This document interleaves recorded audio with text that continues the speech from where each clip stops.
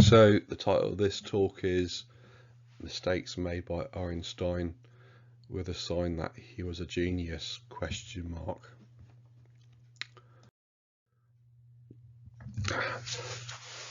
Some defenders for Einstein believe that he was a genius and do not deny that Einstein ever made mistakes. But there are others who accept that Einstein made mistakes but still defend him as a genius. Einstein made numerous mistakes, and the people that defend him sometimes take the tactic that the mistakes made by Einstein are the type of mistakes a genius would make. I look at one person using that tactic.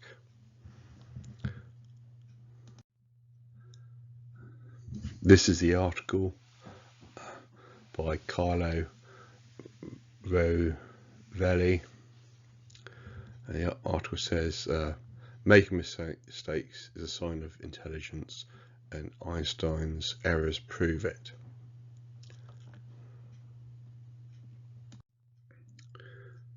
This is the person, Carlo Rovelli, as mentioned by Wikipedia. He's an Italian theoretical physicist who works in Italy and the United States.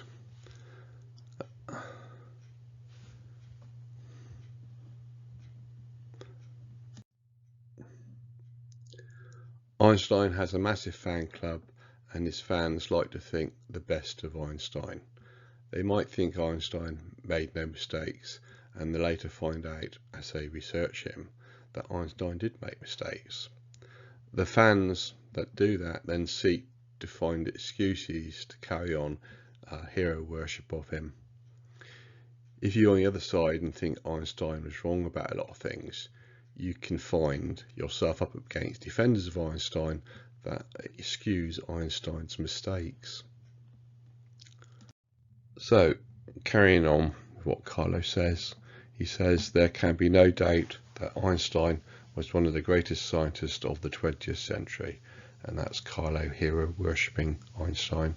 And then Carlo goes on, one who saw deeper into the secrets of nature than anyone. Just last month, another experiment supported his theory of general relativity.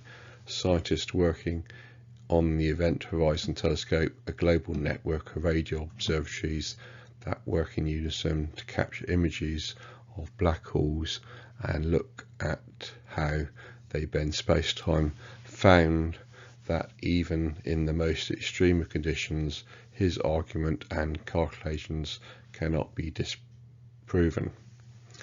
Does this mean that we should take everything he did as correct ? That he never made mistakes ? On the contrary, in fact, few scientists have made as many errors as Einstein. Few have changed their mind as frequently as he did. So my comments are, it's an admission by Carlo. Einstein made lots of mistakes and changed his mind a lot. On the issue of Einstein changing his mind, it makes him extremely vague, because never get to a final opinion from him.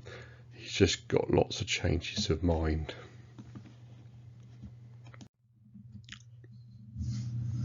So Carlo carries on and says, I'm not talking about the kind of mistakes he made in his everyday life, which are a matter of opinion and ultimately his own business. I'm talking about genuine scientific errors, mistaken ideas, wrong predictions, error-strewn equations, scientific assertions that he himself came to regret and that were proven false. Let us give you a few examples. Today we know that the universe is expanding. The physicist George Lemaitre managed to understand this by using Einstein's own theories and informed him of his findings. Einstein responded by dismissing the idea as nonsensical, only to utter his words when in the 30s expansion was observed. So what Einstein's doing, he's believing one moment the universe is not expanding, then he changes his mind and believes that it's expanding. That's an example of Einstein changing his mind. Carlo carries on, Einstein's flip-flopping. Another consequence of his theory is the existence of black holes. He wrote several erroneous texts on the subject, contending that the universe ends at the edge of a black hole. And so I'm pointing out, note the use of saying flip-flopping. It's Carlo's way of describing the numerous changes of mind by Einstein. And that is followed by an admission that Einstein got things wrong about what were later called black holes. If we look at black holes, then much that is said about them came after Einstein.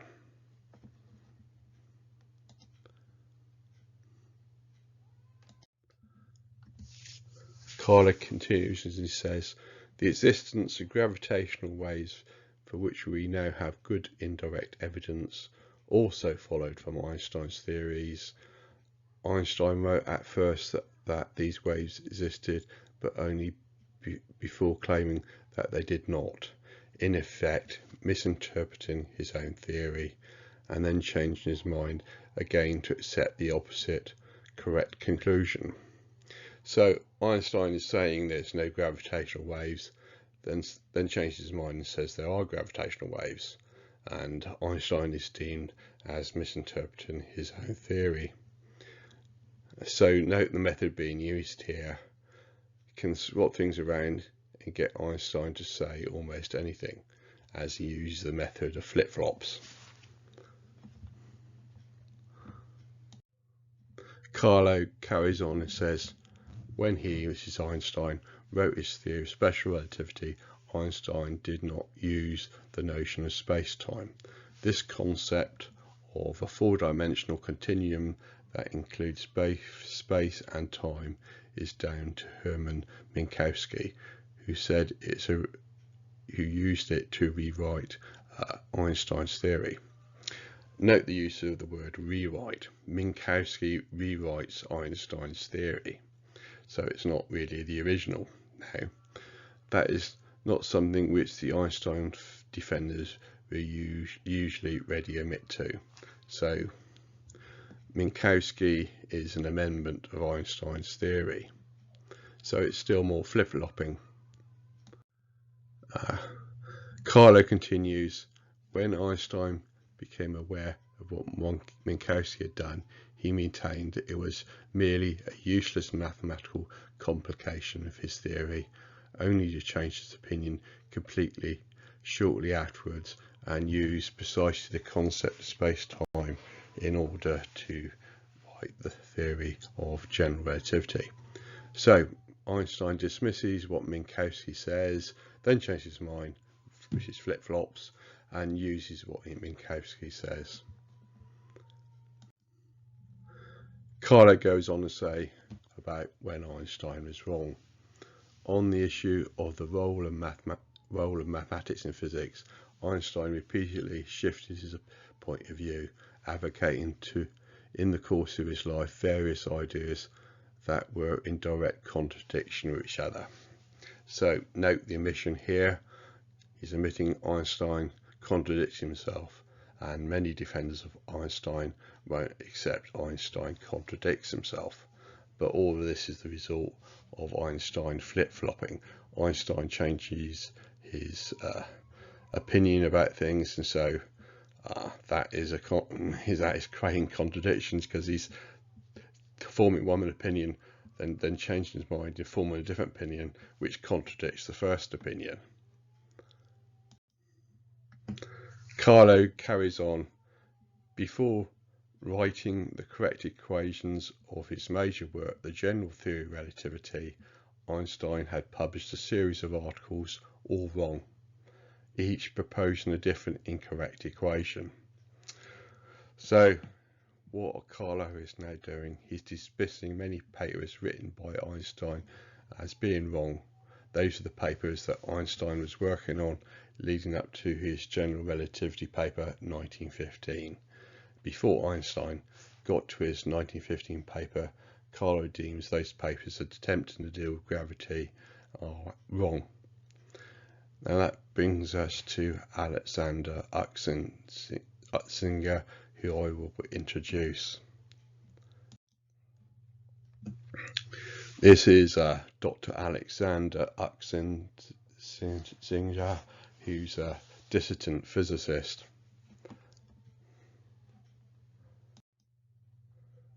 He's brought out this book called Einstein's Lost Key, and I'll read you what it says about it. 100 years after the completion of the general theory of relativity, conferences, meetings and celebrations are taking place all around the world, yet a decisive consideration on the subject by Einstein has completely fallen into oblivion.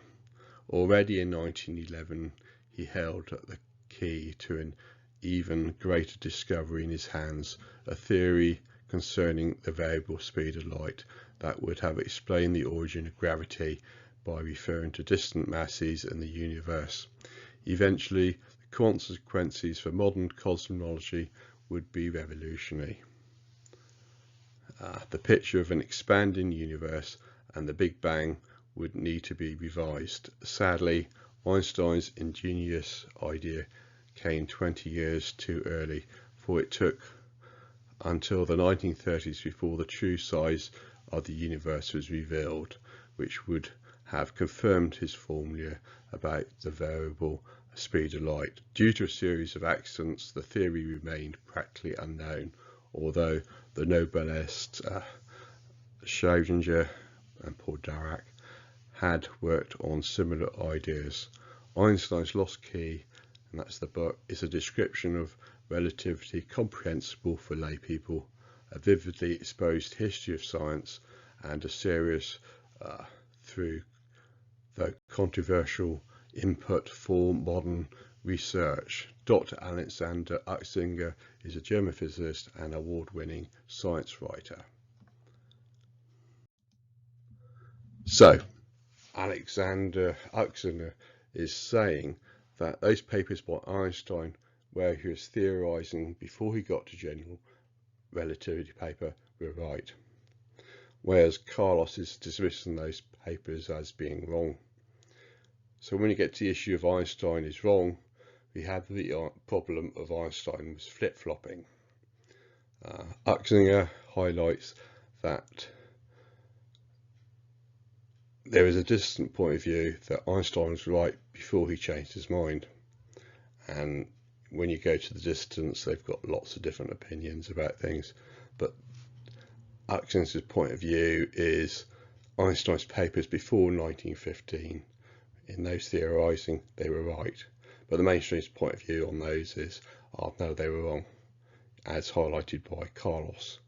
So Einstein has a different type of right to what the mainstream seeks to impose upon him.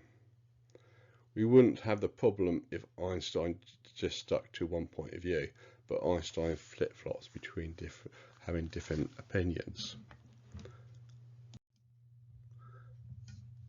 Other things are said by Carlos in his article, but moving on to the conclusions.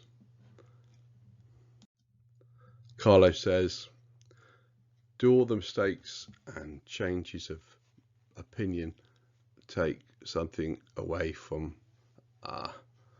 our admiration of Einstein? And not at all. If anything, the opposite is the case. They teach us something instead, I believe, about the nature of intelligence. Well, I say it causes problems. It should cause problems in the admiration of Einstein, because it makes a mess when he's doing all this flip-flopping. He holds one opinion, then changes his mind to another opinion. But Carlo thinks it's a good thing that Einstein keeps flip-flopping. Carlo goes on. Intelligence is not about stubborn adherence to your own opinions. It requires readiness to change and even discard those opinions in order to understand the world. You need to have the courage to experiment with ideas, not to fear failure, to constantly revise your opinions to make them work better. Well, when we get to the issue, this is what I'm thinking, when we get to the issue of what was the reason behind Einstein flip-flopping, changing his mind from one opinion to another, is not clearly explained by him. So revising your opinion is a good thing when you can say why you changed your opinion, but we're not getting the why answered by Einstein.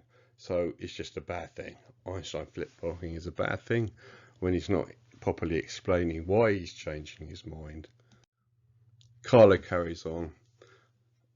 The Einstein who makes more errors than anybody else is precisely the same Einstein who succeeds in understanding more about nature than anyone else. And these are complementary and necessary aspects of the same profound intelligence: the audacity of thought, the courage to take risks, the lack of faith in received ideas, including crucially one's own. I agree, Einstein made lots of mistakes, but I think that's a bad thing because he's creating a great deal of confusion. Carlo continues, to have the courage to make mistakes, to change one's ideas, but not once, but repeatedly, in order to arrive at understanding. What's important is not being right, it's to try to understand. Well, I disagree. There's no increase in understanding, it's just an increase in confusion as it gets swamped by the numerous mistakes of Einstein flip-flopping.